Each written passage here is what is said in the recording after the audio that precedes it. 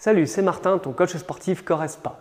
Dans cette vidéo, je vais te donner 5 conseils alimentaires en moins de 5 minutes qui vont te permettre de casser des idées reçues que tu pourrais avoir au sujet de la perte de poids par exemple et sur l'alimentation qu'il faut adapter. Et également, je vais te donner quelques petits conseils que tu peux appliquer dès aujourd'hui si tu le souhaites. C'est parti. Conseil numéro 1, c'est de ne pas faire de régime. Ça paraît bête, beaucoup de personnes te le disent, mais peut-être que si tu regardes cette vidéo, tu es tenté par voir un régime miracle qui va te faire perdre 5 kg en un mois.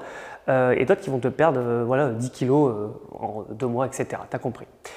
Le souci avec ces méthodes-là, c'est qu'il n'y a rien de personnalisé.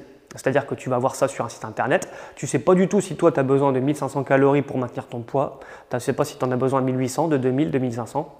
Et là tu vas voir un régime qui va te dire ok, très bien, puisque nous on veut fournir de la perte de poids à coup sûr, on va mettre un énorme déficit calorique. Donc déjà tu vas t'affamer, tu risques d'avoir dans tous les cas très faim, tu vas perdre beaucoup de poids, oui. Mais pour combien de temps? Peut-être que tu vas perdre du poids pour 1 mois, 2 mois grand maximum. Après, tu vas avoir un effet yo-yo, tu vas avoir faim, tu vas craquer, tu vas tout reprendre et aller même au-dessus du poids que tu faisais avant. Donc évite de faire un régime, vraiment, ce n'est pas la bonne méthode. Si tu veux quelque chose de personnalisé, d'ailleurs il te faut quelque chose de personnalisé concernant l'alimentation, oriente-toi plutôt vers un professionnel. Donc un coach sportif formant diététique, voire carrément un nutritionniste ou un diététicien.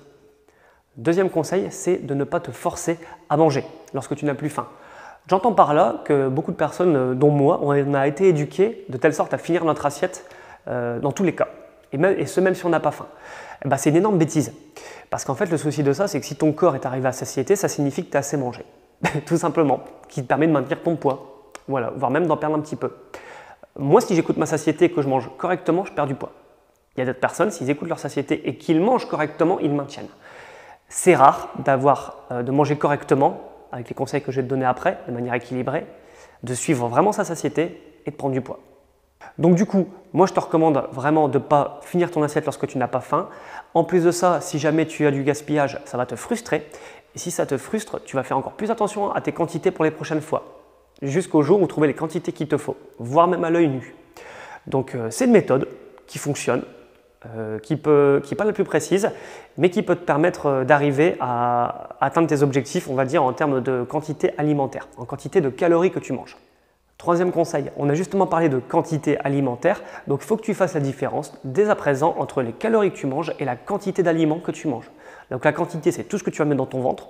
Est-ce que tu as bien mangé, est-ce que tu es rempli ou non? Et les calories, c'est simplement une méthode de comptage des nutriments. C'est-à-dire que si tu manges par exemple plus de 2200 calories dans ta journée, alors que pour perdre du poids, il faut que tu en manges 2000, tu ne vas pas perdre du poids. Par contre, si tu en manges moins, tu vas perdre du poids. L'objectif du volume alimentaire, c'est de toujours remplir ton estomac, mais en étant en dessous de ces calories-là, si tu veux perdre du poids. Et ça passe par le conseil suivant que je voulais te dire, c'est-à-dire de bien manger tes légumes. Essaie de mettre la moitié de ton assiette en légumes. Déjà, ça va t'apporter des vitamines et des minéraux, mais en plus de ça, ça va t'apporter beaucoup de fibres et les fibres vont te permettre d'arriver plus vite à satiété. Et en plus de ça, je peux t'assurer qu'en mangeant pas mal de légumes, tu vas vraiment avoir l'impression d'être rempli. Quatrième conseil, ça va rejoindre un petit peu ce qu'on a dit sur le fait de ne pas te forcer à manger lorsque tu n'as pas faim.